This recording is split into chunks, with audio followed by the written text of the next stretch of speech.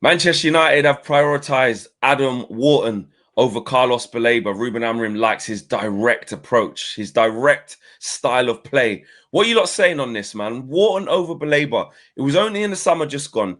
100 M's price tag. And apparently Brighton still want that, according to some reports.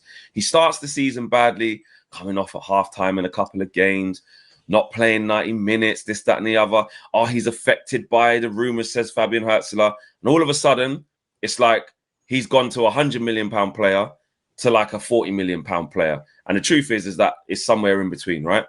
But Adam Wharton, discuss, Man United fans. Discuss. Are you trying to see Adam Wharton over Baleba? They bring different things. I do like the way that Wharton can play. I do like that. I think he's better on the ball than Baleba, but I would say that Baleba is more athletic. He can travel with the ball better, but they do bring different things. They probably complement each other well as a two, to be fair. But Wharton or Baleba, if you could only choose one, which one you're going for? Let me know in the comments below. Smash. Well, there you go. Look, according to Pete Hall from the iPaper, it says that Adam Wharton is Manchester United's priority midfield target flex, ahead of Carlos Baleba. Ruben Amorim admires Wharton's directness in passing forward. He probably admires him just in the sense of he can pass the ball, because I mean, for passing forward, any pass the ball. Yeah, any Man United, any player that can pass the ball, I think would be of interest to Manchester United, right? Do you know what is really interesting, actually, when this whole like Wharton over Baleba and what have you, like what's happened to Carlos Baleba? You know, post interest. You know, I think it's a bit of everything. I do. Look, Hertzler said that, of course, it's going to affect him, and he has been, so he said that. He's a young kid. He's 21. So obviously it's got in his head. We did hear at the time when we were looking at him that, he's given the green light. He would love to do it, but he's not agitating, not pushing. And then I think when they tried to reclaim the narrative back, well, not try to, when they did, when it became clear he ain't going anywhere, they did a lot of social media posts of him dancing, happy, I'm going nowhere, and they hyped it up. Training today, I mean, he's out, he's dancing. I think he's doing the griddy or whatever he was doing. He was vibing, man. He's saying, I ain't going anywhere, bro. So it's fine. I'm happy. And they did that on purpose to really push that, like, we're not unsettled over here. We're Brighton and we sell when we want. And fast forward, I mean, a couple of months into the season, you're like, Hertzler's taken him off quite a few games. He hasn't looked the same, it looks. He has spoken publicly about how it's affected the player. And then what that has done, though, is it has changed the conversation on him of like what we do as fans of, tell you what, I think he could be rubbish anyway, 100 million. 100 million. And even in the summer when I was going, guys, obviously we were just excited that we were linked with him. I remember a show I went, guys, are we comfortable with this 100, we're just maybe going to break our transfer record for this kid? Like, is he even that yet? Should we chill out? But we never really got to explore that far because it was over before it started. So, on Baleba, that's what's happened. It's like a mixture of he is unsettled, and you remember that he's not the finished article. He's a young kid who had a good season last year, and I think the year before. Is this his third season, I want to say? We can check. I feel like last season was the one where he really excelled, but I think this is his third season.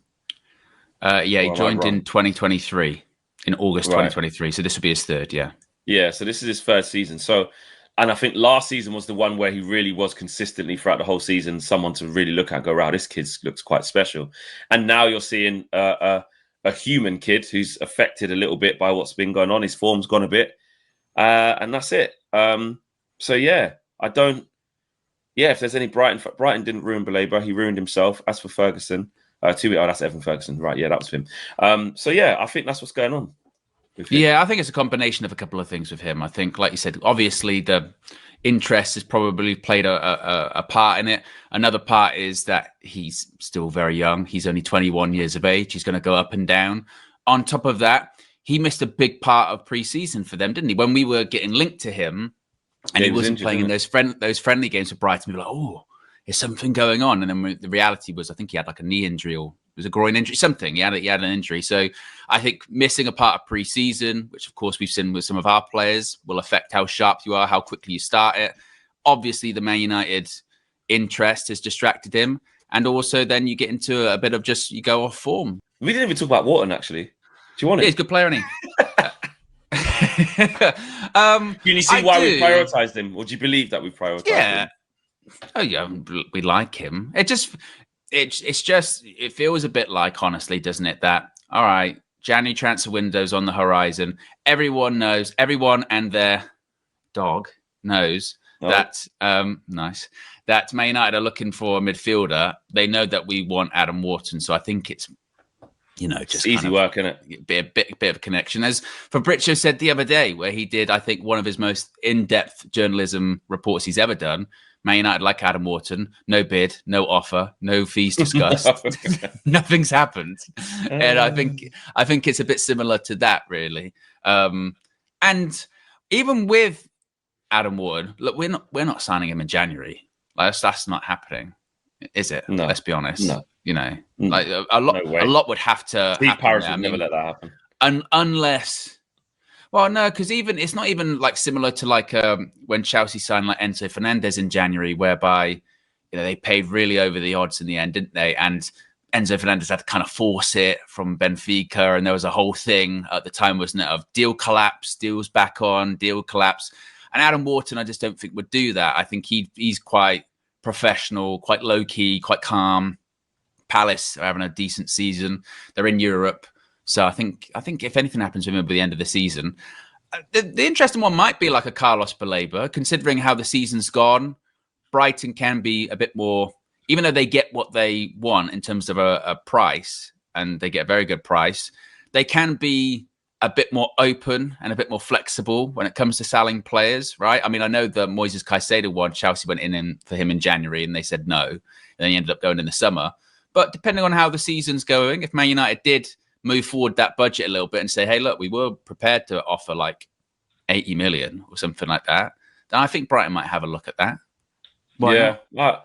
I think if the money's right, it's all about the money, right? I don't think what Brighton would do is, we have seen Carlos has slipped off a little bit in the last 6 months to get to January. So actually, I think it's probably best we just cash in now. I don't think they'll panic. They're just not that sort of club.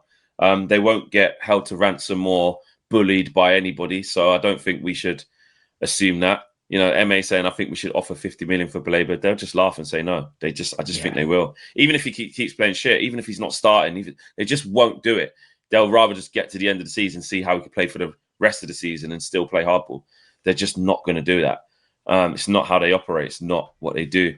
I don't think we get him. I don't think we get either of those two in January. Maybe a loan or maybe something else that is permanent but doesn't cost as much money, that's not as high profile, and then you go for the big ones in the summer. But I would be shocked if we get Baleba or Wharton. Do you know what? Take Wharton out of it. We ain't getting Wharton in January. Yeah, we're not getting Wharton. Leave that. Just forget about that.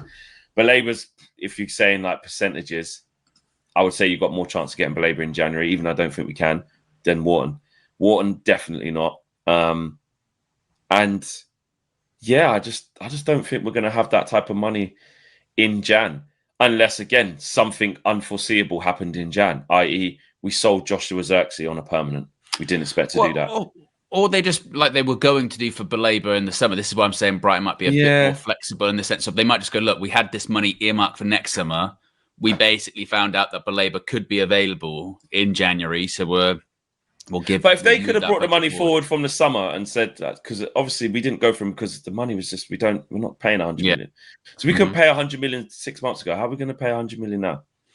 But I mean, more so like it might be like, all right, Brighton might be a bit more willing to compromise of it. It might be £100 million package, but maybe it's a bit of, all right, we'll go down to like 80 and we'll work out the terms. Because if Carlos Baleba isn't featuring as much for Brighton, or he's coming off and substituted a lot, then maybe they might think, you know what, actually, maybe he's not as integral to us as he was, 6 months ago, as we thought he would be. And maybe, they could get money and spend it in the January transfer window, right? But like you said, I feel like either of them in January are quite unlikely. Baleba more possible than Wharton. I think the reality might be a loan, maybe a permanent one, but I think, like you said, it would have to make sense. Maybe it might be a couple of loans or something like that, right? That could happen in Jan. Maybe it's a Conor Gallagher loan once again. Would you take that? Conor Gallagher loan and Yeah. Well, definitely, yeah, 100%. If it's that, or like just keep Ugarte and keep what we got, and just Cobby ain't playing, and we need to do something. We actually have to do something. If we got him, would he go into our starting 11 straight away? Do you think? Yeah, definitely. So what? Well, The to midfield be fair, partnership. well, it'd be him and Bruno, isn't it? Would that be the midfield partnership? I think for the so. rest of the I think season? so. Yeah, but he does like Castro, and he is experienced, so he does. So maybe not exactly, but he'd definitely replace Ugarte as the first on, and can start some games, give Castro a bit of a rest sometimes. But I'll be honest, I haven't watched Gallagher play for a long time. Like all last year at Atleti, I didn't really see him, so I don't know how he's actually done there. Does he start games now? I saw him in a few Champions League games, come off the bench or here or there, but I haven't seen him. I saw him score like